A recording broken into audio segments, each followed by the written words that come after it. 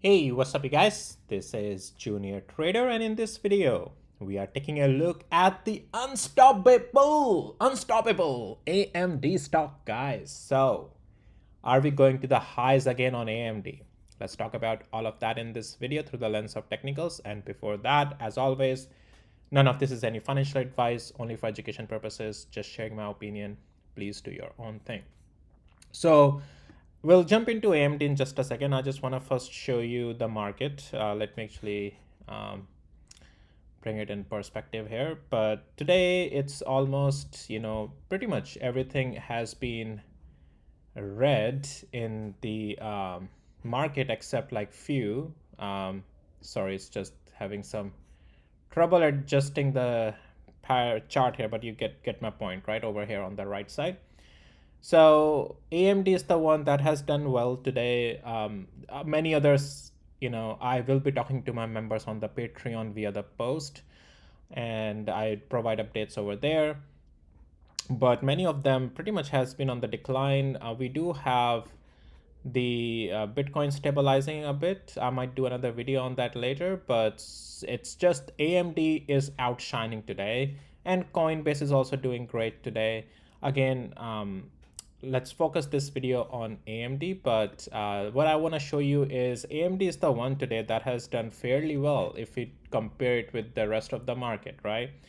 It's just AMD doing way ahead in all, even the semiconductors area. So anyways, now AMD guys, previously I have done the video and I have mentioned to you guys that at 211 area above this, we will be just fine on AMD. And as you can tell, I make my decisions also based on my tools, which are built by me. If you need access to them, you can check out the details in the description of this video. And here we are still bullish from that very point that I mentioned, that things are looking bullish for AMD. I may have not done a video on my public channel, but I did mention on my Patreon. So yeah, we are still bullish in the structure, as you can see, and all good on AMD. Where we should have our stop loss, our stop, well, what I'll say that overall structure will be fine from where we are, as long as we are above now 217. Okay, now stop loss, that's something on you to do your risk management based on your risk tolerance, like partially sizing down at these significant levels, all marked by my tools automatically for you. Okay, and but 217 below is where I would be worried, or 217 area, and below that I would not want to be in this position that started at this bullish, as I just showed you on my tools. Right now, how high can we continue here? Well, as we are bullish, when we have a structural turn around after a comeback from the highs, and we find at closer to a gap fill, a pattern like a double bottom with a bullish structure happening, as I just showed you on my tools. Let me actually turn that on here.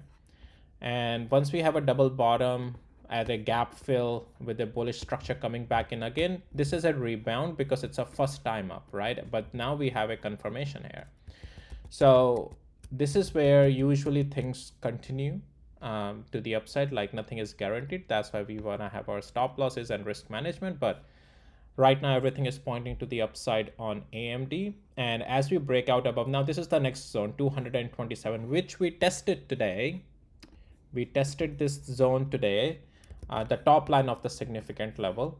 And we did pull back. We did the pullback, but we are still getting bought back up. And so for the day trade as well, let's go to the 5 minutes interval here, and let me turn on that tool again. And as you can see, you could have made, every day on any stock you can make money so easily. Above the cloud, bullish play, this is where you should have taken profits.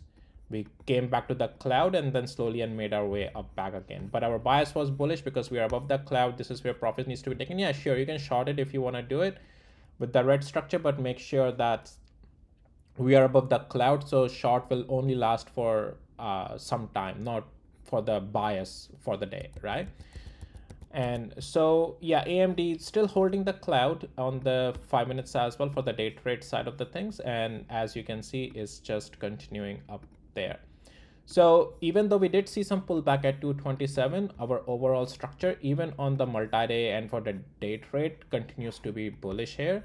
And taking a look at the hourly interval now, as we can see, look at the amount of volume today on AMD, very like dwarfing every other day of the volume.